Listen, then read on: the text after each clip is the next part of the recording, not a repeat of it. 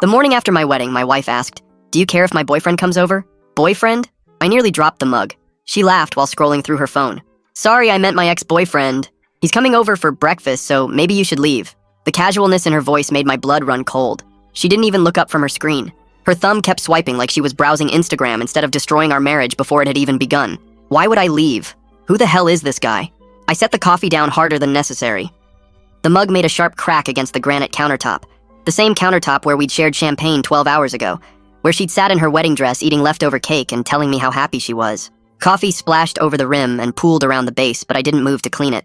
Carly finally looked up from her phone with an annoyed expression, like I was interrupting something important. "It's nothing. It's just Raul. He wants to see me." "Who the hell is Raul? You've made zero mention of any Rauls." My voice was getting louder. We'd been together for 3 years, engaged for 1, married for exactly 18 hours. She'd never mentioned anyone named Raul. Not during our relationship talks where we'd spent hours discussing our pasts. Not when we went through that couple's workbook the therapist recommended. Not even drunk at her bachelorette party when her sister asked about her exes and they all giggled about old boyfriends. I'd told her everything. About Jessica from college. About that disastrous thing with my coworker. Every embarrassing detail of my romantic history laid bare because that's what couples did. They shared everything.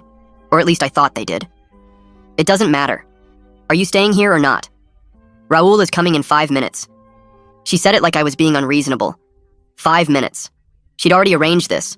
Already told him to come over to our home the morning after our wedding. While I was in the shower, maybe. Or while I was getting the newspaper. Planning another man's visit while wearing the silk pajamas I'd bought her for the honeymoon. "I'm obviously staying. Unless you have a problem with me meeting Mr. ex-boyfriend Raul."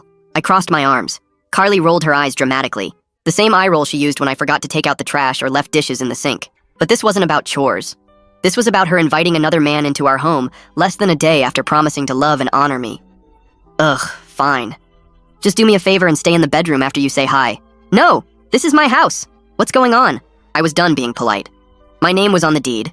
I'd used my savings for the down payment, spent weekends painting these walls the exact shade of blue she wanted, installed those shelves she'd seen on Pinterest. This was supposed to be our forever home, and she wanted me to hide in the bedroom like I was the intruder. Before she could answer, there was a knock at the door. 3 quick raps, like whoever was outside felt very comfortable being there. Like they'd knocked on this door before. Carly jumped up and smoothed down her silk pajamas, the same ones she'd worn on our wedding night, the ones that were supposed to be special. She tucked her hair behind her ears and checked her reflection in the hallway mirror. Actually checked her appearance for this guy while I stood there in yesterday's undershirt and boxers. She practically skipped to the door while I stood frozen in disbelief, her hand on the doorknob. The security chain we'd installed together jingling as she undid it. Everything moving in slow motion while my brain tried to catch up with what was happening. She opened the door,